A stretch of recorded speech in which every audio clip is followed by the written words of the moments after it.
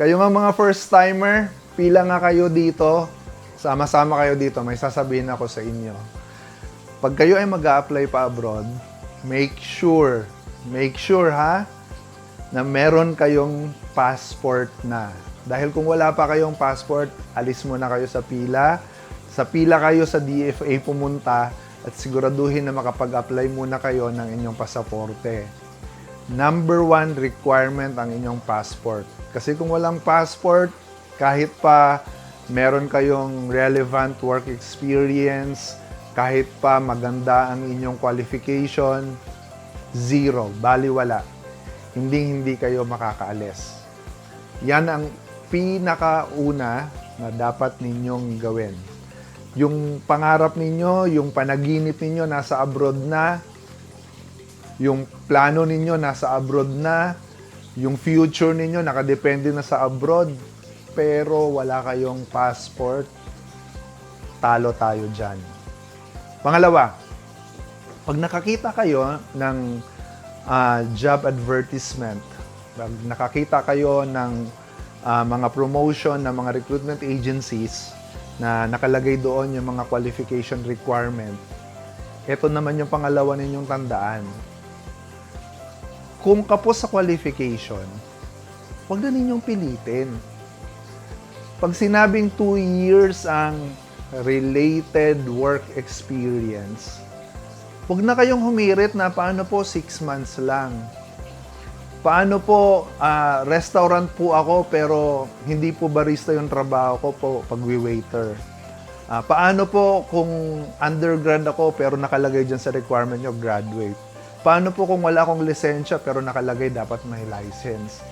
Paano po kung 50 years old na po ako, ang hinahanap nyo 35 years old? Alam nyo, mga kalakbay, ang lahat ng mga ito kasi may dahilan. May reason ang employer kung bakit nagre-require siya ng mga specific qualification. Ang edad ay may reason din. Minsan, hindi lang ang employer ang nagre-require ng specific na age requirement. Minsan, requirement ito ng bansa na inyong gustong puntahan kasi yung visa na ibibigay ay applicable lamang for a certain range ng edad. Okay? Pag hindi obra, huwag pilitin. Pangatlo, pag nag-a-apply kayo, nakakatulong naman na kung kayo ay may mga kakilala na nilalapitan. Nakakatulong yan. At least nakakasigurado kayo na legit yung inyong ina-applyan. Pero siguraduhin ninyo na lumalapit lang kayo sa mga licensed recruitment agencies at yung inyong kinakausap ay lehitimo na empleyado ng recruitment agency na yan. So, dapat lisensyado ng Department of Migrant Workers.